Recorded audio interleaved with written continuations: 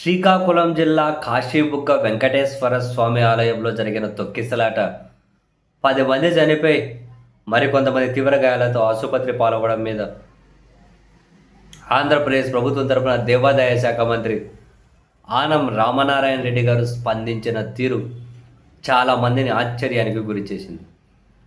గౌరవ మంత్రి గారు ఏమంటారు, అసలు ఆలయం ప్రైవేట్ వ్యక్తుల పరిధిలో ఉంది, ఆలయం ఉన్నట్లు మాకు తెలియనే తెలియదు, ఆలయం ఉన్నట్లు దేవాదాయ శాఖ అధికారులకు తెలియనే తెలియదు, వాళ్ళు పోలీసులకు సమాచారం ఇవ్వలేదు, వాళ్ళెవరికీ చెప్పలేదు అని చెప్పి సాక్షాత్తు మంత్రి గారే మాట్లాడడం నిజంగానే ఆశ్చర్యాన్ని కలిగించింది. ఎందుకని అన్ని వేల మంది ఎట్లా హాజరయ్యారు, అక్కడికి హాజరైతే ఎట్లా వెళ్ళారు దర్శించుకోవడం కోసం? అంతమంది వెళ్తూ ఉన్నారన్న జనం పోలీసులకు తెలియదా?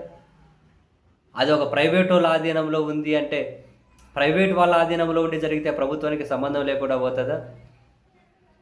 ప్రైవేట్ వాళ్ళ ఆధీనంలో ఉండి ఒక సినిమా థియేటర్లో తొక్కిసలాట జరిగితే ఆ సినిమా హీరోని అరెస్ట్ చేశారు పక్క రాష్ట్ర పోలీసులు.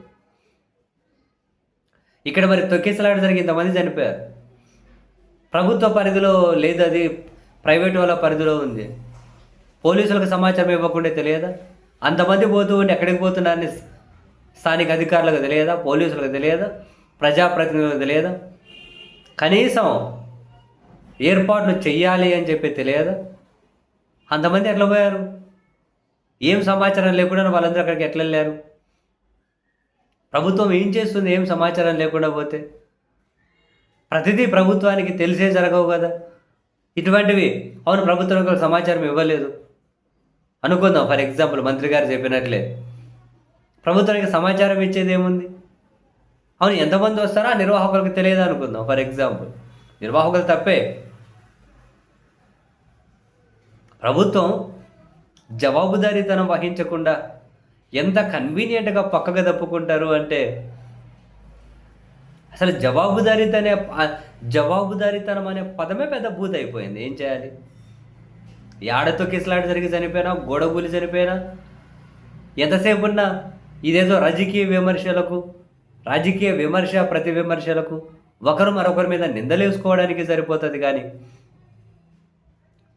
లేదు అంటే ఎక్కడైనా కనుక సోషల్ మీడియాలో ఎవరు పోస్టులు పెడుతున్నారు, ఎవరేమో మాట్లాడుతున్నారు, ఫస్ట్ మన మీద వ్యతిరేకత పెరుగుతుంది, ఫస్ట్ వాళ్ళ మీద కేసులు పెట్టాలి, ఫస్ట్ వాళ్ళను అమ్మో ఎక్కడికక్కడ మాట్లాడి కూడా చేద్దాం, ఎక్కడికక్కడ ఏదో ఒకటి చేద్దాం, భయపెడదాం. దీనికోసం అయితే ఫుల్ కాన్సన్ట్రేట్ చేస్తారు. ఇప్పుడు నెక్స్ట్ దీనికోసం ఏమైనా కాన్సన్ట్రేట్ చేసి ఎత్తుకుంటూ ఉంటారు. ఎవరు బాధ్యత వహించాలి? ప్రైవేట్ కార్యక్రమం ఎట్లా అవుతుంది? అంతమంది వినడం సరే, ప్రైవేట్ కార్యక్రమం కావచ్చు, పోలీసులు, ప్రభుత్వం, ఆంధ్రప్రదేశ్ పరిధిలో జరిగే ప్రతిదానికి ప్రభుత్వమే కదా బాధ్యత వహించాలి. ప్రభుత్వ పరిధిలో జరిగేదానికి మాత్రం ప్రభుత్వం బాధ్యత వహిస్తుందా? ప్రైవేట్ పరిధిలో జరిగేదానికి ప్రభుత్వం బాధ్యత వహించదా? ఏంటిదంతా?